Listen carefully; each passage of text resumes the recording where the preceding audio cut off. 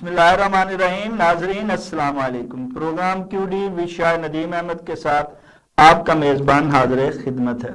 नाजरीन, इस वक्त मुल्क एक ऐसी आइन सियासी घेरी में फंस चुका है कि जहां इंसाफ की जंजीरें खुद अदलिया के गले का तोक बनती दिखाई दे रही हैं। हालिया मुतनाज़िया तरामीम और अदालती फैसलों ने इस तासुर को पुख्ता कर दिया है कि निज़ाम इंसाफ अब अवाम का नहीं बल्कि मुक़्तदर क़ुव्वतों का यरग़माल बन चुका है।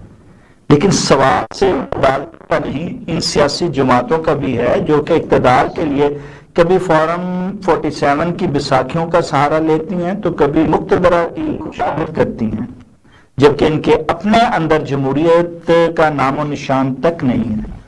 जब तक सियासी पार्टियां खुद को मुर्सी और गैर जमहूरी गिरफ्त से आज़ाद नहीं करती और जब तक अदलिया एक आज़ाद इकाई के तौर पर खड़ी नहीं होती, मुल्क में हकीकी जमहूरियत का ख्वाब महज एक शराब ही रहेगा। इस पर मजीद इज़हार ख्याल के लिए आज हमने नामवर सीनियर कॉलम निगार तजिया का जनाब सैयद शहाबुद्दीन अहमद साहब को मदऊ किया है। हम उनके इंतहाई शुक्रगुजार हैं कि वीडियो लिंक पर प्रोग्राम में शरीक हो रहे हैं। जनाब मोहतरम सैयद शहाबुद्दीन अहमद साहब, अदलिया यरग़माल, अवाम इंसाफ से महरूम और मुल्क को हकीकी जमहूरियत चाहिए, क्या ये कभी मिल पाएगी? ये तो हमारी इब्तदाई तारीख यानी कि इस मुल्क की आजादी के बाद का अलमिया है जो आज तक बरकरार है। ये कोई नया नहीं है। हमारे हुक्मरानों ने हर दौर में अदलिया के ऊपर कब्जा करने की या अदलिया को अपनी मर्जी के साथ चलाने की कोशिश की। चाहे वह अयूब खान थे, चाहे उनके बाद भुट्टो साहब आए, चाहे ज़ियाउल हक साहब थे, चाहे उनके बाद आने वाली सियासी पार्टियों की हुकूमत, मुशर्रफ, अब तक सब कोई भी शख्स अदलिया को उसके इख्तियारात के अंदर भी काम नहीं करने दे रहा। हमारे मुल्क का जो बुनियादी सेटअप है वो बहुत सारे लोगों को एक चीज समझनी होगी कि 1800 से पहले इस पाकिस्तान के अंदर मुख्तलिफ नवाबों, जागीरदारों, बादशाहों की छोटी मोटी रियासतों की हुकूमत थी। एक मरकजी हुकूमत थी दिल्ली में उनके। लेकिन अंग्रेज ने फिर जब इस मुल्क पे, इस पूरे बड़े सगीर पे कब्जा किया तो उन्होंने इस मुल्क को कानून दिया। उस कानून के 3 पिलर रखे थे। हर जिले में एक डीसी था, एक एसएसपी था और तीसरा सेशन जज था।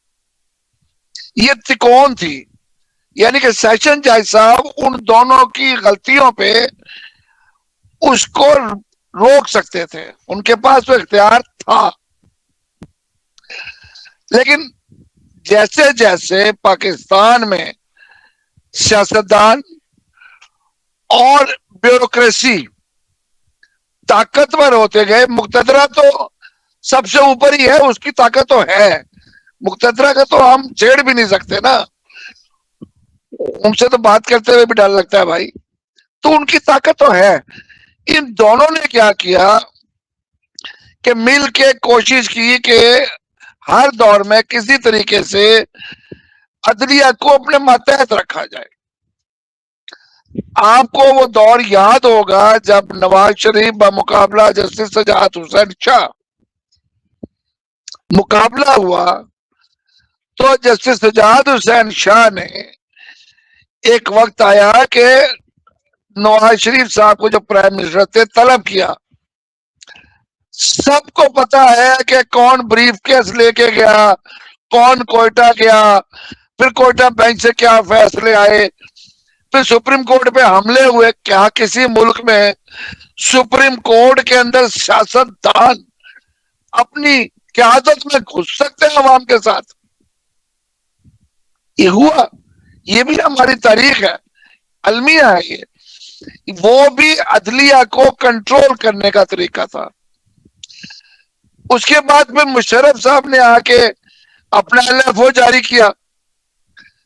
जिस तरह जिया साहब के दौर में बेशुमार जजेस ने हलफ नहीं उठाया था, जियाउल हक के दिए हुए LFO का या आइन जो उन्होंने आइन से अलग होकर अपना मुबरा आइन अपना एक सेटअप बनाया था, तो मुशर्रफ साहब के दौर में भी यही हुआ, बेशुमार जजेस छोड़ गए। लेकिन असल जब बगावत तो तब हुई कि जब चीफ जस्टिस साहब ने खुद मुशर्रफ साहब के खिलाफ बगावत की।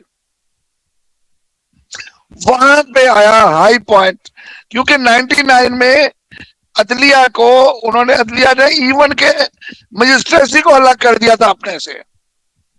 किसी को याद होगा कि नवाज शरीफ साहब के 97-99 के दौर में अदलिया ने मजिस्ट्रेसी से इख्तियार छीन लिए थे। जो मजिस्ट्रेसी थी वो वापस ले ली थी कि आप अदालती फैसले नहीं करेंगे। तो जो हमारी मजिस्ट्रेसी है, ये DMG है, इनके दांत निकाल लिए गए थे उस दौर में। उसके बाद अदलिया को जो यरगमाल बनाने की कोशिश चलती रही। जब 2006 में मुशर्रफ के खिलाफ 7 में जब वो शुरू हुई है ये तहरीक वकला की, उस दौर में जो बगावत कह लें उसको, मुक्तदरा के खिलाफ बगावत थी, वो इतनी बगावत इतनी तगड़ी थी कि उसके अंदर भी जजेस इकट्ठे हुए। उसमें से भी कुछ लोग निकल के परली तरफ गए थे, लेकिन चीफ जस्टिस साहब को कैद भी किया गया, घर में रखा गया, बाल पकड़े गए, घसीटा गया। लेकिन वक्त आया कि इतनी वो उनको जाना पड़ा। और फिर आने वाले दौर में जब पीपल्स पार्टी की हुकूमत आई तो जरदारी साहब की भी पूरी कोशिश थी कि ये चीफ जस्टिस साहब वापस ना आए। मैं उनका नाम नहीं ले रहा क्योंकि उनके नाम से भी बहुत सारे लोगों को मसाइल हैं कि उन्होंने भी अपने बेटे को, अपने समधियों को और किस किस को कैसे कैसे नवाजा। लेकिन उनके दौर में बहरहाल अदलिया की एक ताकत सामने आई। और उनके बाद आने वाले तमाम चीफ जस्टिस, चाहे वो साकिब निसार थे या जो भी थे, सब ने, खोसा साहब थे, हर एक ने अपनी एक ताकत बरकरार रखी। उसके साथ सियासतदानों को शरीर तकलीफ थी। वो ये चाहते थे कि अदलिया में हमारे मतहत हो। अदलिया में जो एक चीज हमारे सियासतदानों ने की वो थी हाई कोर्ट्स में जजों की तैनाती। आज भी सिंध में, पंजाब में, हर जगह ये अपनी मर्जी के वकला को वहां पे पोस्ट कर लेते हैं। अब जो जज इन्होंने रखा होता है वो 15 से 20 साल हाई कोर्ट में और सुप्रीम कोर्ट में काम करेगा, क्योंकि आफ्टर एज ऑफ 40-45 आते हैं वो लोग। तो उसके बाद आप देख लें 66-68 तक तो उम्र कर दी गई है। तो 20-22 साल उस जज को हाई कोर्ट और सुप्रीम कोर्ट में मिल जाते हैं। और वो सियासी पार्टियों के जज हैं, सियासी पार्टियों के वर्कर्स होते हैं, वो वहीं से आते हैं। उनके अंदर से वो जरासीम नहीं जाते। अदलिया का तो बेसिकली आपने यरगमाला भगाने का सिलसिला तो वहीं से शुरू कर दिया ना, जब आपने अपने बंदे पुट कर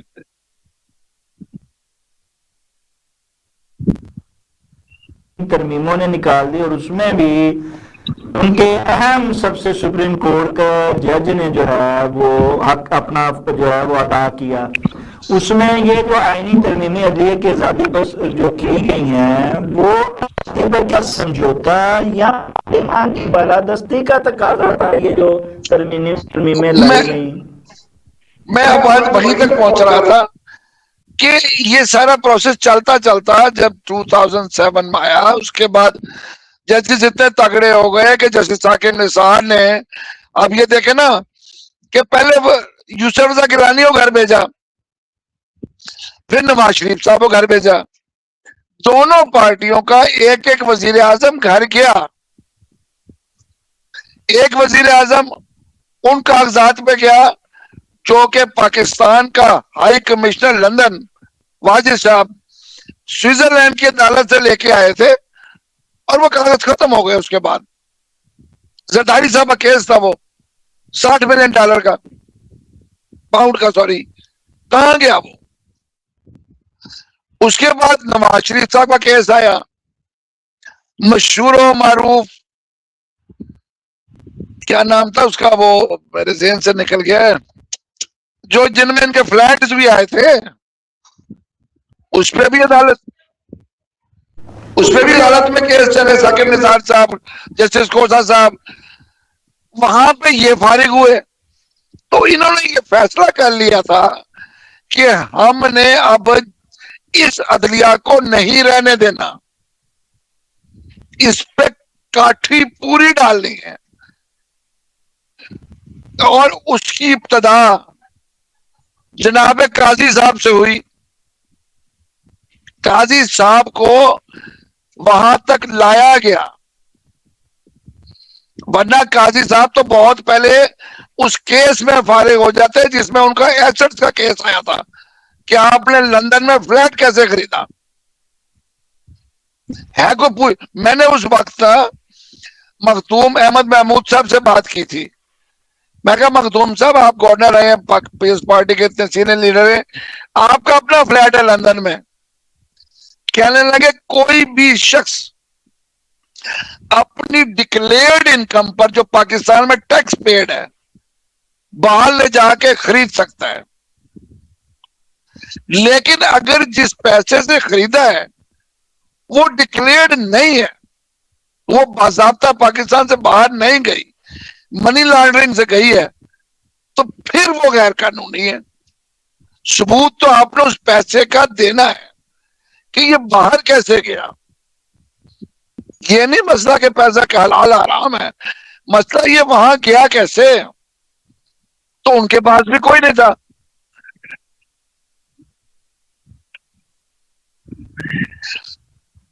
अपनों ने कटवाए हैं अपने मुफाद के लिए। जी हाँ।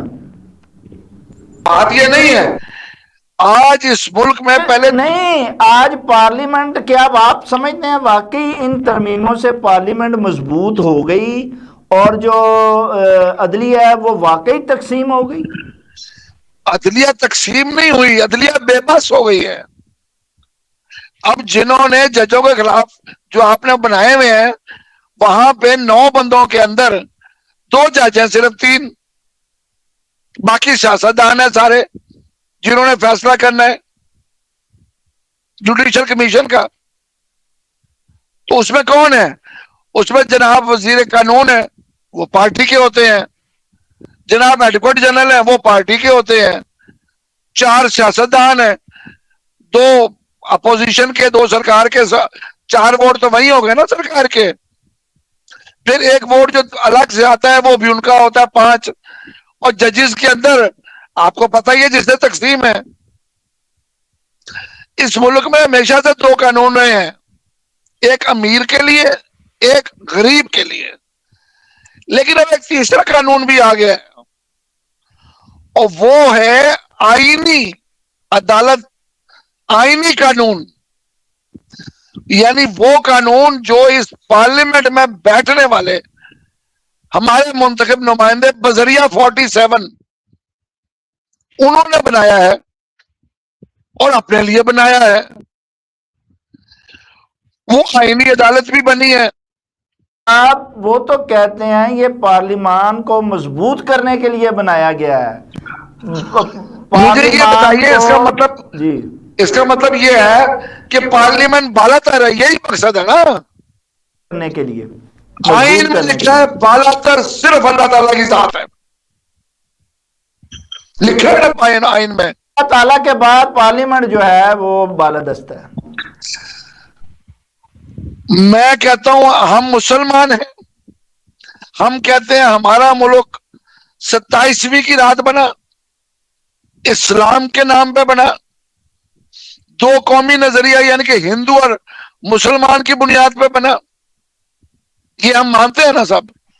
यही हमारी हिस्ट्री है, यही आज भी हर जगह कहा जाता है। अगर इस्लाम के नाम पे बना तो इस्लाम में किस खलीफा को ये ताकत थी कि वो खिलाफ आइन कानून अपनी जात के लिए करे? अरे वहां तो एक कुर्ते की चादर का जवाब लिया जाता था। और सर हजरत यहाँ उमर जैसे खलीफा यहाँ से। तो अगर किसी वजीर आजम, तो बड़ी दूर की बात है, हालिया ही किसी वजीर को नोटिस दे दिया जाए, अदलिया दे दे, तो जज तब्दील हो जाते हैं।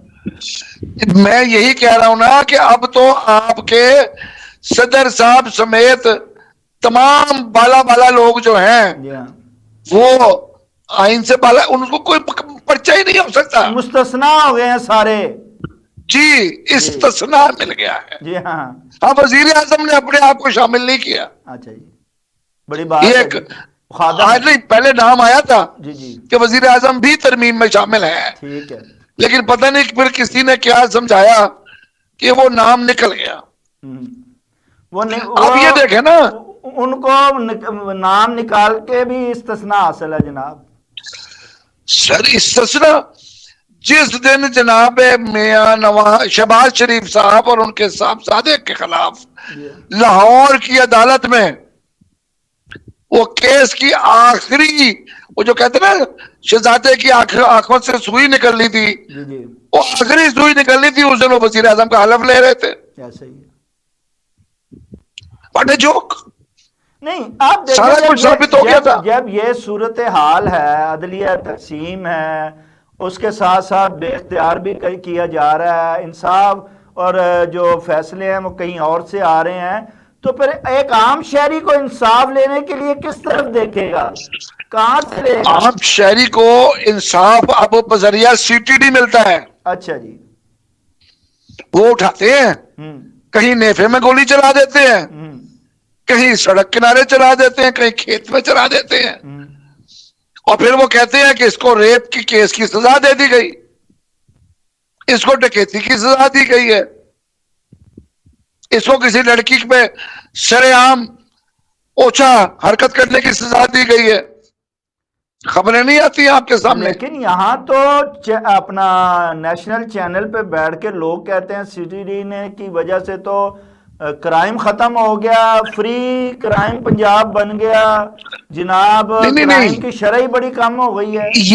ये सीटीडी का अपना दावा भी है। अच्छा, अभी पीछे हाई कोर्ट के अंदर लाहौर में एक इनके खिलाफ दरख्वास्त आई थी, ठीक है, कि ये जो ये काम कर रहे हैं ये सारा खिलाफ आईन है, गैर कानूनी है। तो इन्होंने उसका जो जवाब दिया है उसमें ये लिखा है कि हमारी वजह से पंजाब में रेप नहीं हो रहे। ठीक है, यानी कि इन्होंने ये तस्लीम किया कि जितने रेपिस्ट हैं हम उन्हें मार देते हैं। ठीक है। तो मैं तो पीछे केस में बल्कि लिखा था कि मैं मुंतजर हूं उस बेचारी औरत को इंसाफ का, जिसको ये पिंडी के साथ जहां पे हमारे राजा परवेज अशरफ साहब का इलाका है, मैं नाम भूल रहा हूं, पिंडी से एडजेसेंट है, वहां से सड़क से उठाया और एक वैगन के अंदर उसको रेप किया गया, सड़क पर घुमा घुमा के, इज्तिमाई गैंग रेप। मैं तो सोच रहा था कि शायद उसे भी कोई इंसाफ मिल जाएगा, लेकिन लगता है कुछ ताकतवर लोग हैं इसलिए इंसाफ नहीं मिल रहा। यह भी तो एक मसला है ना। अब आपके मुल्क में इंसाफ की हालत यह है कि जनाब ज़ियाउल हक साहब के दौर में ये बड़े लोगों को इंसाफ से बालातर करने के लिए इस्लामी शरीयत की सजा शामिल की गई। मुझ पे कोई लगा दे जिस तरह लगानी है दफा, मैं ओपन कह रहा हूं, वो उसकी पूरी कोशिश की गई, वो नहीं शामिल हुई। फिर नवाज शरीफ साहब ने वो कोशिश की, बेनजीर ने उसको मुस्तरद किया, और वो बिल आखिर नवाज शरीफ साहब ने आइन में तरमीम करके वो इस्लामी शरीयत की सजाएं ऐड कर दी। अब कसासो दियत कानूनी है। अभी मैं आज पढ़ रहा था, एक आदमी को, नौजवान को सजाए मौत हुई थी अपने बाप को कत्ल करने के जुर्म में। अब उसने सुलहनामा दे दिया है। सुलहनामा किसने किया होगा? जी या उसकी मां ने या उसके भाइयों ने। जी हाँ। यानी कि ये माफी, ये कहाँ जायज है? जायदाद के लिए बाप को कत्ल कर दो, बाद में 5-4 साल जेल में रहो, और उसके बाद भाई माफ कर देंगे, मां माफ कर देगी। ठीक है। ये कौन सा कानून है? अच्छा पाकिस्तान में आपको याद होगा, सैयद शहाबुद्दीन अहमद साहब, क्या अदलिया वाकई यरगमाल बन चुकी है या ये सियासी जमातों की बाहमी जंग का शाखसाना है? नहीं, मैं तो आपको पहले कहा है कि अदलिया के जज जो है ना, उनमें से भी कोई पीपल्स पार्टी का वर्कर था, कोई मुस्लिम लीग नून का वर्कर है, और वो वहां पे आके अभी भी जज बनने के बाद कम से कम तो आपको अपनी पोजीशन एज ए जज रखनी चाहिए।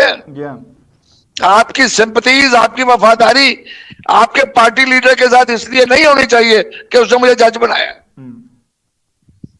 मैं जो आपको कह रहा था इस्लामी सजाएं वाली, आप मुझे बताइए, कराची में एक डीएसपी के बेटे को एक सियासतदान का बेटा गोली मार देता है। फिर वो लड़का जेल की बजाय एक अस्पताल में रहता है, अस्पताल के नाम पे 7 वाली कोठी में रहता है, पकड़ा जाता है। चीफ जस्टिस पाकिस्तान खुद अदालत में, जेल में जाकर उसके कमरे से एसी और टीवी और फ्रिज हर चीज बरामद करते हैं। रिजल्ट क्या हुआ? बाद में उसके बाप ने सुलह की गन पॉइंट पे। ये है कसासुद्दीयत, जिस पे मुझे इतराज है। कसासुद्दीयत ये है कि अगर मैं कत्ल हो जाऊं तो मेरे बच्चे राय खुदा उनको माफ कर दें। ठीक है। या मैं इतना ही गरीब आदमी हूं तो मेरे बच्चों के लिए को नान नफका लेके माफ कर दें। लेकिन ये क्या तरीका है कि पहले मुझे कत्ल किया जाए, उसके बाद मेरे बच्चों के सर पे बंदूक रख के कहा जाए ये ले पकड़ो 5 करोड़ हमें माफ करो। ये तो नहीं कोई। बिल्कुल वैसे ही है जैसे वो क्या नाम था, रेमंड डेविस, वो भी तो कसासुद्दीयत में माफ होके गया। इसी तरह 18 लोगों ने पैसे लिए थे। ये भी तो हमारी अदालतें हैं।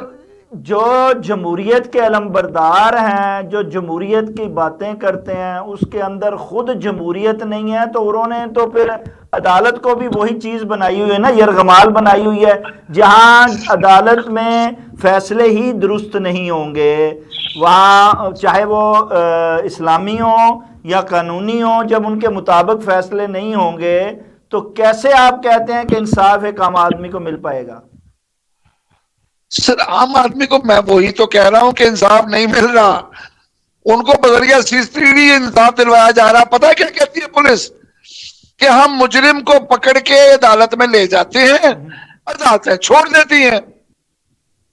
ये है उनकी जस्टिफिकेशन, आज की नहीं, 99 में भी, 93 में भी जब मैं क्राइम रिपोर्ट। शहाबुद्दीन अहमद साहब, हम उनकी तरफ आते हैं। ये कौन लोग हैं जो ये करवा रहे हैं? सियासतदान है ना, तो सियासतदान जमहूरियत की बात करते हैं, क्या उनके अपने अंदर जमहूरियत है?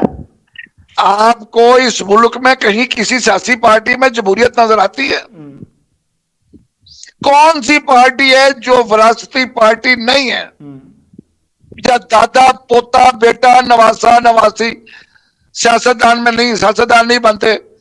जुल्फकार अली भुट्टो, बेनजीर भुट्टो, बिलावल भुट्टो, आसिफ जरदारी, जनाब नवाज शरीफ, जनाब शहबाज शरीफ, जनाब हमजा शरीफ, जनाब मरियम नवाज, जनाब मुफ्ती महमूद, जनाब फजल रहमान और उनके भाई जनाब अब्दुल रज़ाक खान, जनाब वली खान, उनके साहबजादे, आगे तक पूरी नस्ल आप गिनते चले। ये सब ऐसे ही है। और तो और नवाबजादा नसरुल्लाह खान के साहबजादे भी, वो भी पंजाब असेंबली में रहे, वजीर बने। यहां तो ये विरासत है, ये बादशाहत है। इसे मैं जमहूरियत नहीं मानता। जमहूरियत वो होती है जिसमें कोई भी शख्स, आम आदमी भी इलेक्शन लड़ता है। यहां तो पेशा सियासत लिखते हैं अपने खाने में। अच्छा, सैयद शहाबुद्दीन अहमद साहब, ये जो अहले सियासत हैं, इसमें अपनी इजारादारी है, कोई जमहूरियत नहीं, मोरसी सियासत इनके यहाँ आम है। लेकिन ये गिला जो है वो मुक़्तदरा को ठहराते हैं, ये इल्ज़ाम तराशी उन पे करते हैं कि वो मुदाखलत करते हैं, वही जो है, हालांकि शेल्टर ये उन्हीं का लेते हैं। देखें, ये सब उसी मुक़्तदरा के गमले की पैदावार है जी। ये गेट नंबर 4 से आने जाने वाले हैं, सारे सब वहीं के निकले हुए हैं। नवाज शरीफ साहब जनरल जिलानी की पैदावार है।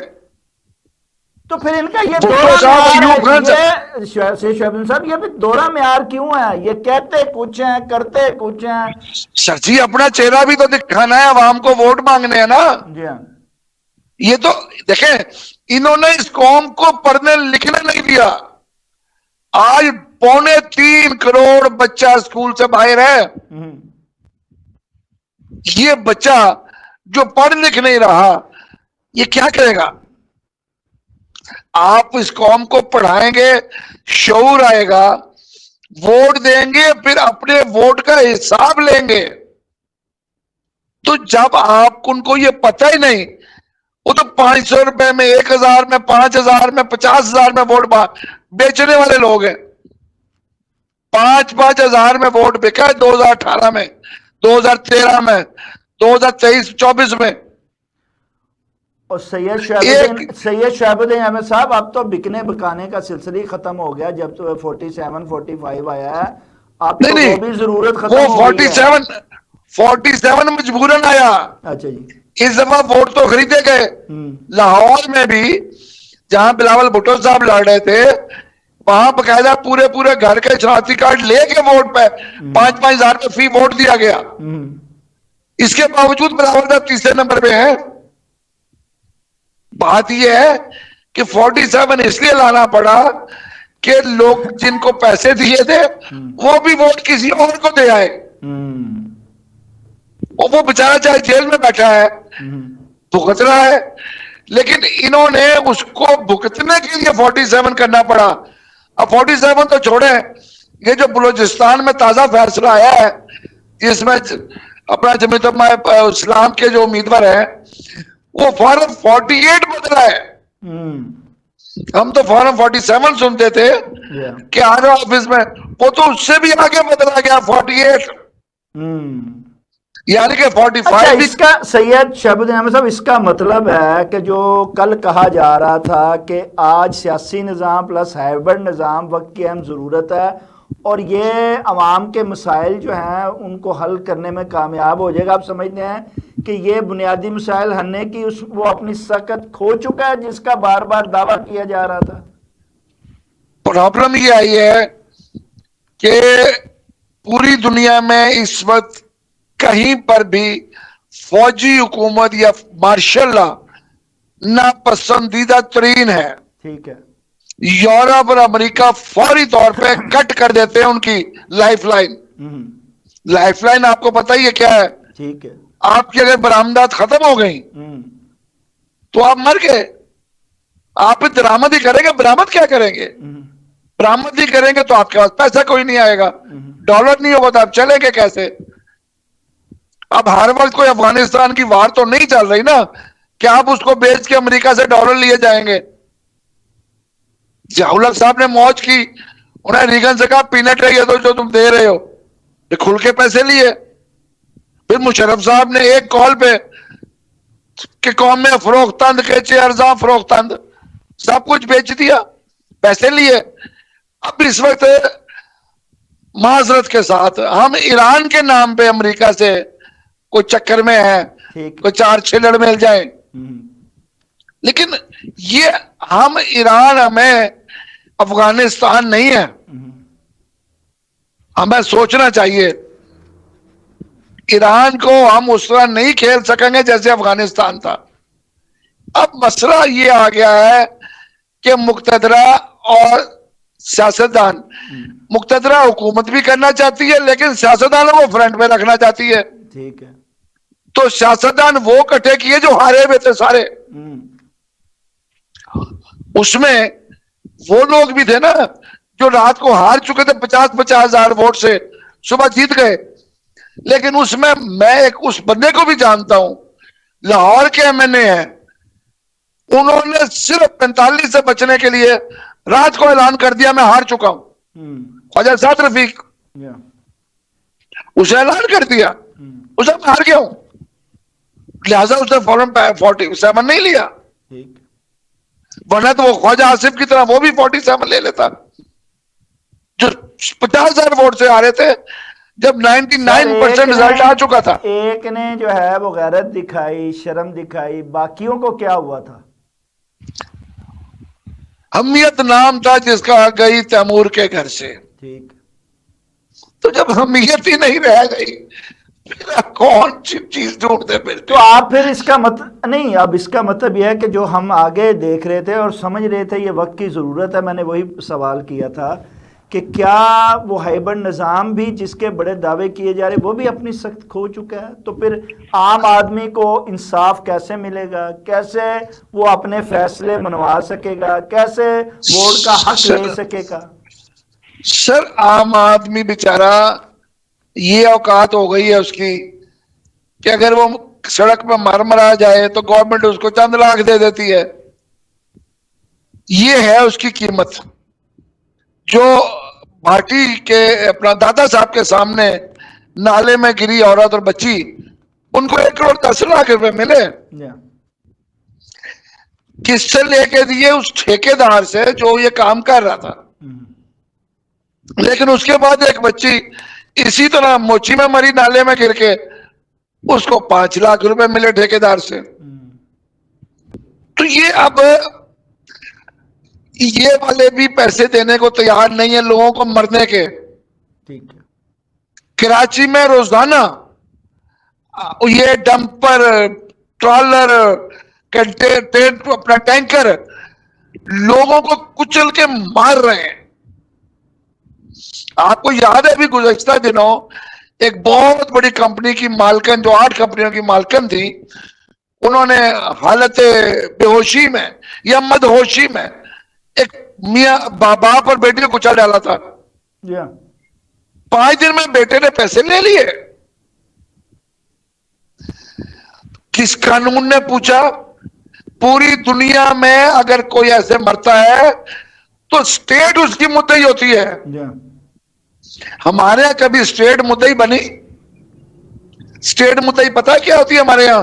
एसएचओ साहब पर्चा देते हैं अपनी तरफ से, फिर आपको पता ही है क्या होता है। जहां एसएचओ की कीमत आपको भी पता है। जहां मुकमका हो जाए वहां जो है वो मुद्दई गायब हो जाता है, और जहां मुकमका ना हो वहां मुल्जम अंदर बढ़ चला जाता है, और ये गरीब और अमीर का कानून जो है वही चलता है हर जगह। मुद्दई अगर ना माने तो हमेशा के लिए भी गायब हो जाता है। ऐसे ही है। वो बड़ा आसान तरीका है, मार के दफना दो। आखिरी जी सवाल है श्री शोएबुद्दीन अहमद साहब, ये जो सारी सूरत हाल है इसको देखते हुए क्या मुस्तकबिल है फिर इस अवाम का? क्या अवाम इसी तरह खामोश रहेंगे, खामोशी से अपने ही लोगों को मरता हुआ देखते रहेंगे और अपनी बारी का इंतजार करते रहेंगे? ये तो अवाम के ऊपर है ना। जी हाँ। अवाम देखे, ये फिर वो आ जाएगा कि जी आप उकसा रहे हैं, मैं उकसाना नहीं चाहता। तो वो तो फिर वही होगा जो वहां पे अलजायर में हुआ, जो ट्यूनिस में हुआ, जो बाकी मुल्कों में। क्या अरब स्प्रिंग भूल गए आप? डरना चाहिए इन हुक्मरानों को उस वक्त से कि खुदा ना ख्वास्ता वो बुरा वक्त ना आ जाए। मजबूर मत करें इन लोगों को, इनको इनका हक दें। आज हमने आइन में लिखा है कि मुफ्त तालीम हर बच्चे को 10वीं तक दी जाएगी। हमने पंजाब के आधे से ज्यादा स्कूल खत्म कर दिए, अब मजीद खत्म कर रहे हैं। किस तरफ जा रहे हैं? हम कहते हैं जी हम वो बड़े बड़े एचिसन के स्टाइल पे स्कूल बना रहे हैं। तो यार वो हर जिले में एक बनेगा ना, आपको एक नहीं चाहिए, 1000 स्कूल चाहिए। पूरी दुनिया में बच्चे की इब्तदाई तालीम मुफ्त है। हम बच्चों के ऊपर गधा समझ के किताबें लाते हैं। कभी देखिए, आपको भी देखने का इत्तेफाक होगा, मुझे भी देखता हूं, अभी तो मेरा पोता छोटा है, वो स्कूल, लेकिन मेरे बच्चे जितने भारी बक्से लेके जाते थे किताबों के, बच्चों की ग्रोथ रुक जाती है उससे। पूरी दुनिया में कौन, हमने सैयद शबनम साहब, हमने स्कूल में और जेल में जो है ना वो मुमासलत रखी हुई है, हमने कोई फ़र्क ही नहीं रखा है। हमने स्कूलों को भी जेल लेवल पे जो है वो हम घंटी पे लगाया हुआ है, यूनिफॉर्मों पे लगाया हुआ है। एक जुमला सुना देता हूँ, लतीफा समझ लीजिएगा। जी जी। कि एक सियासतदान, वजीर आला कह लें, वज़ीर आज़म कह लें, कुछ भी कह लें, एक यतीम खाने गए, उन्होंने पूछा इन बच्चों को क्या मिलता है, वजीफा गवर्नमेंट क्या देती है, पता चला $400। उन्होंने कहा इसे कम करके 300 कर दो। ठीक। फिर वो जेल गए, वहां पूछा क्या मिलता है, उन्होंने कहा $300। उन्होंने कहा नहीं, इसे दुगुना 3 गुना कर दो, $700, $800 कर दो। कि सेक्रेटरी ने कहा सर क्या कर रहे हैं आप, वो बच्चों को ज्यादा जरूरत है। उन्होंने कहा हमने हुकूमत से निकलने के बाद यतीम खाने जाना है कि जेल में जाना है। बिल्कुल दुरुस्त फरमाया सैयद शहाबुद्दीन अहमद साहब, आपका बहुत बहुत शुक्रिया। नाजरीन, पाकिस्तान का मसला सिर्फ कवानीन की कमी या तरमीम की भरमार नहीं, बल्कि नीतों का फुकदान और इख्तियारात की हवस है। अदलिया को जब तक सियासी शतरंज की बिसात के तौर पर इस्तेमाल किया जाता रहेगा, आम आदमी के लिए इंसाफ का असूल एक ख्वाब ही रहेगा। दूसरी तरफ सियासी जमातों को ये समझना होगा कि मुक़्तदरा की खुशामद और फार्म 47 या 48 जैसे शॉर्टकट्स आर्जी इक़्तिदार तो दिला सकते हैं, लेकिन अवाम की साख सियासी इस्तेहकाम नहीं। वक्त आ गया है कि अदारे अपनी आइनी हदूद में वापस लौटें और सियासी पार्टियां अपने अंदर जमहूरियत नाफिज करके अवाम के हकीकी मैंडेट पर भरोसा करें, वरना तारीख़ गवाह है कि जो निज़ाम अवामी बैसाखियों की बजाय मसनूई सहारों पर खड़ा हो वो रेत की दीवार साबित होता है। इसके साथ ही अपने मेज़बान शाह नदीम अहमद को इजाज़त दीजिए। आपका, हमारा, हम सब का अल्लाह ने